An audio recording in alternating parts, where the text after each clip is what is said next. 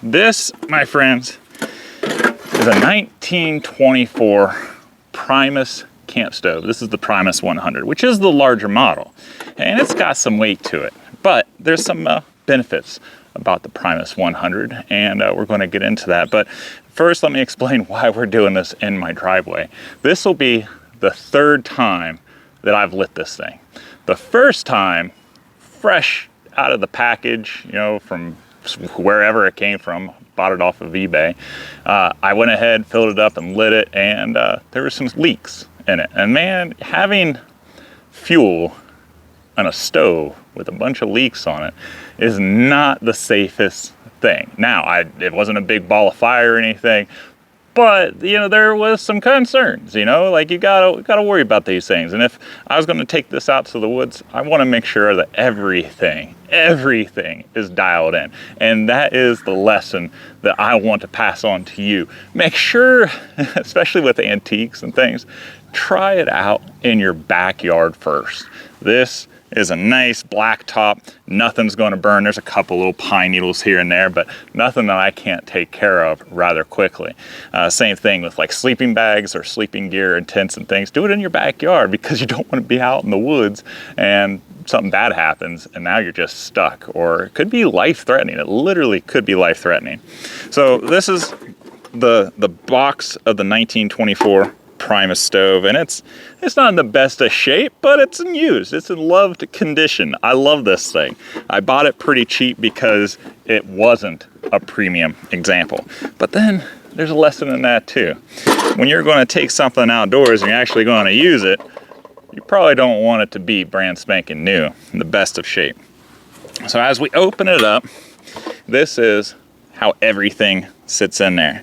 Now, I bought this recently. This is a reproduction Primus bottle from some guy over in England, and it's got alcohol in it. And I'll explain why alcohol here in a moment. And as we pull this out a little bit more, we got this big stove. Look how big that is. Like that's the size of your hand, right? So this is rather large. Now, they made smaller backpacking stove. But if you're going out for a weekend, there's some nice things about having a larger volume. I can fill this up with the fuel, which is, by the way, kerosene, and I don't have to worry about carrying another bottle of kerosene on me. This is all compact, and I'm anxious to see if this will cook all my meals for a weekend. But today, we're just trying to test it out to see if the seals really hold. I tried this out last night and seemed like everything was good to go, but I only let it stay lit for a little while. So this is the actual test. So here's that, and we got the little burner. Now, this actually comes apart, the top, and this is called like a lipstick type burner, but this is pretty well sealed, and I don't know if I'm going to take it off or not. This is as found condition, and this little plate here, that's where you would put the alcohol to basically preheat the stove, because you need to vaporize the fuel for it to take off. Now, this stove has only one setting, and that's on, and then there's off. So I guess it's two settings, but that's all you can do. You can't adjust the flame or anything. This is all or nothing. So we got that. I'm gonna put that upside down so don't get any dirt in it. It did not come with the wrench, so I have my handy dandy little crescent wrench here. It has the 3 pot stand legs, and they're gonna go in there. It has the little burner plate. This is gonna be the flame separator because it has a single flame, and once it hits this, it spreads out. So a flame spreader or separator, I don't know. Now, I bought this from the guy over in England too. You don't need this, but I thought, you know, especially with my kids, taking them backpacking and stuff, again, safety first, I went ahead and picked this up, but it's not necessary. The original pricker here does not have the actual prick attached to it. So I actually got a couple of these from over in England. They're pretty cheap. It's just flimsy aluminum, but you need that to make sure that your hole inside the burner is clear. So you want to poke it in the hole several times just to make sure. Now, oddly enough, the people before used this little itty bitty nail that I'm sure you can't see from that far away. And yeah, that is it. And I got a couple spare parts in there in case I ever need it. Okay, now for this burner, this is the filling hole. This is the pressure, so you can actually open that up and close it. And that's important as we get this thing going. It has a little cap, which you unscrew, and that's where you put the burner in. And then you have your pump. Now the pump itself, just like all the old fuel pumps, has a little leather cup that you want to make sure it's oiled. That way you can get the pressure inside the stove. Now I'm going to move the camera so you can see all this operation happen, because you really don't need to see my face as this goes down. If you have one of these Primus stoves, again, make sure that you learn how to use them safely out in concrete or something. That way, if something does happen, you know, you can solve the problem rather quickly. Now, I don't know if this is actually how you're supposed to do it, because it didn't come with any instructions, but this little separator works wonderfully going into there and opening this up. And you always want to make sure to keep these things out of the dirt. Inside here, I have, I think 3, maybe 2, but I believe 3 of these little fiber gaskets that I purchased. I just put one in there at first, but upon my test yesterday, there was bubbles coming out. And whenever there's bubbles, that means there's a leak, and we don't want a leak. So then we have our burner. The burner has a little bit of like a metal mesh in here. So we're going to line that up. Going to screw it down. We're going to grab our wrench, come in here, and we're going to tighten it down really, really, really good. Because if there's a leak, it's not going to pressurize very well out here. Now, once we have that, we're going to put a little bit of our spirit in here, a little bit of alcohol. You can use the kerosene from the fuel itself, but kerosene is difficult to light until it's completely a gas. Once it's a gas, it lights out really well. But until then, it can be kind of difficult.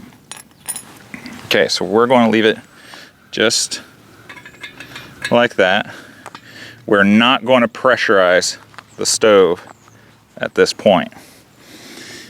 We're just going to do a preheat. I'm going to get my matches here. Again, thank you, Mr. Denny, for sending me those boxes of Strike Anywhere matches.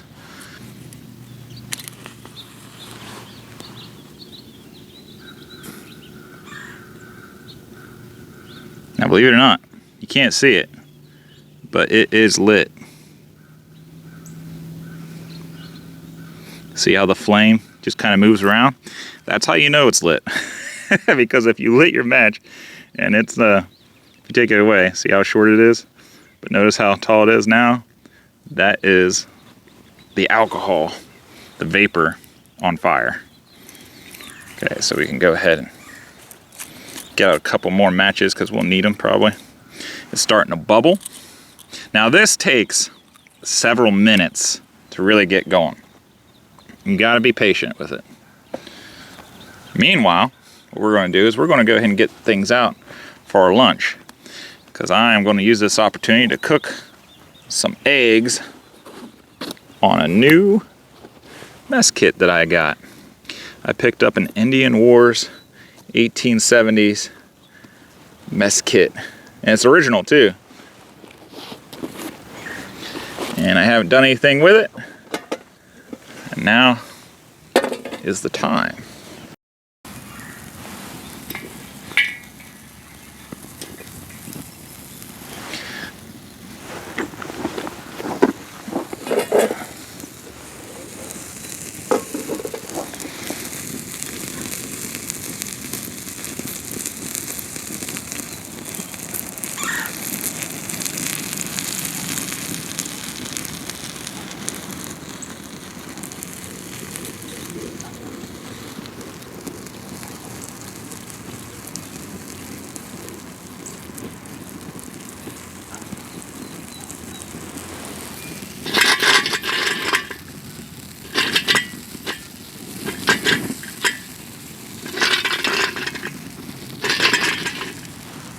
I turned it because of the wind. I don't really want the flame to make this hot, and I really don't want it to make that hot. But now it's starting to roar.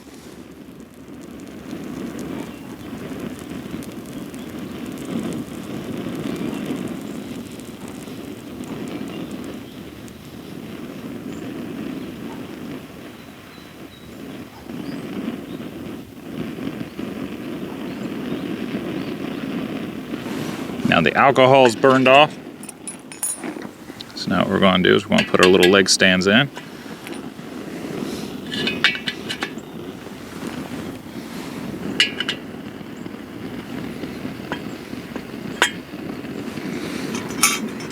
Put our little pot rest on there, like so. Give it a couple pumps.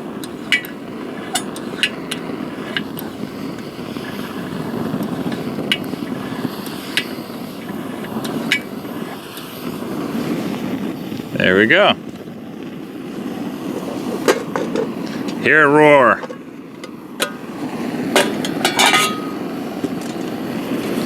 So now we got our little mess kit. We're gonna put a little butter on there.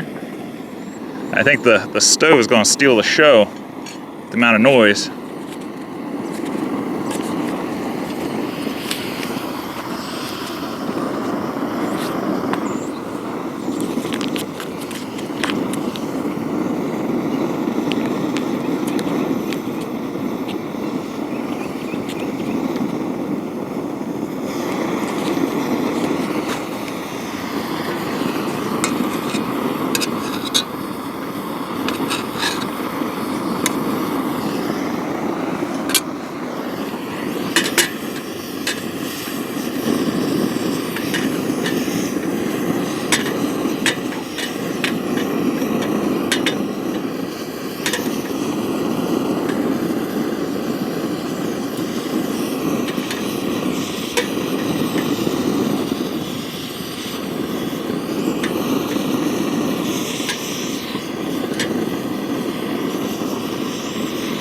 Now, because of this being kerosene, this is going to create a very sooty bottom. But it doesn't seem like there's any leaks, like there was. And this is actually a very consistent burn compared to the very first time that I did it. All right, that's the sign.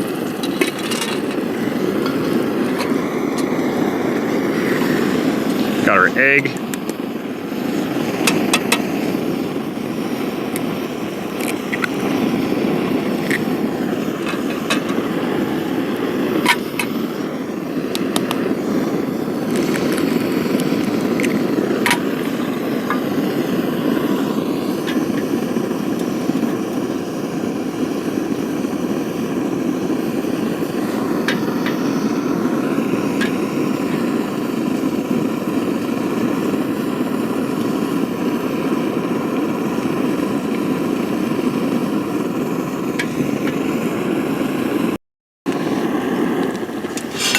While that's going real good, it's time for some summer sausage.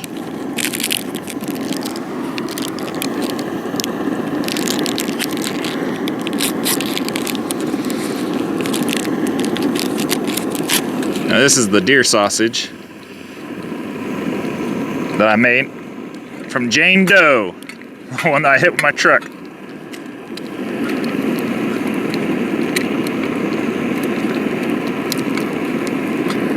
It's cooking pretty fast.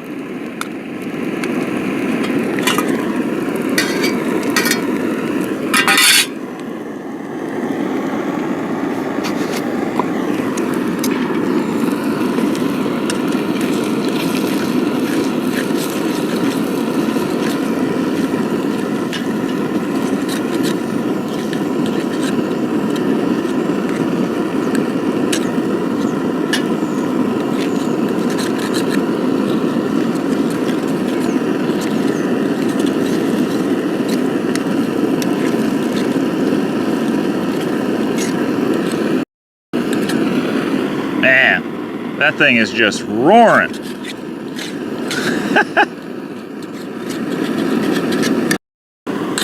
I say that's pretty good.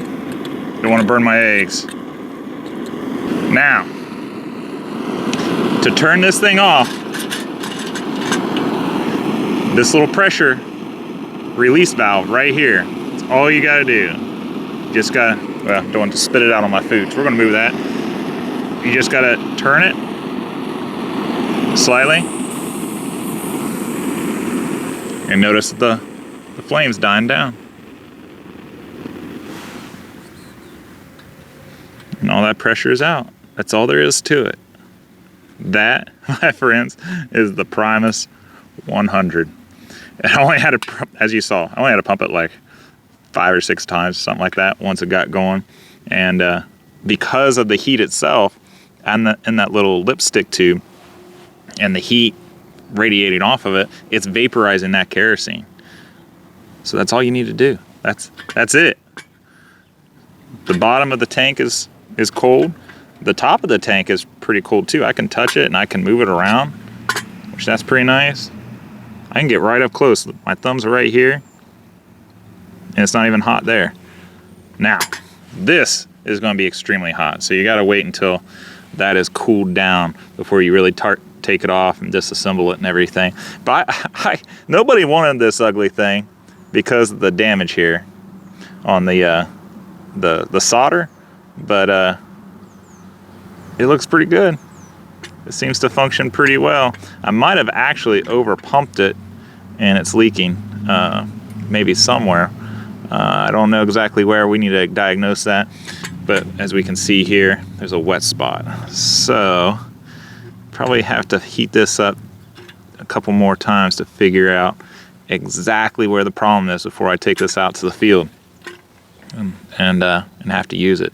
I think, it's hard to say, but it might be here, this dripping. If that's the case, I don't know. We'll figure it out. Once I do figure it out, I'll give you guys an update on that.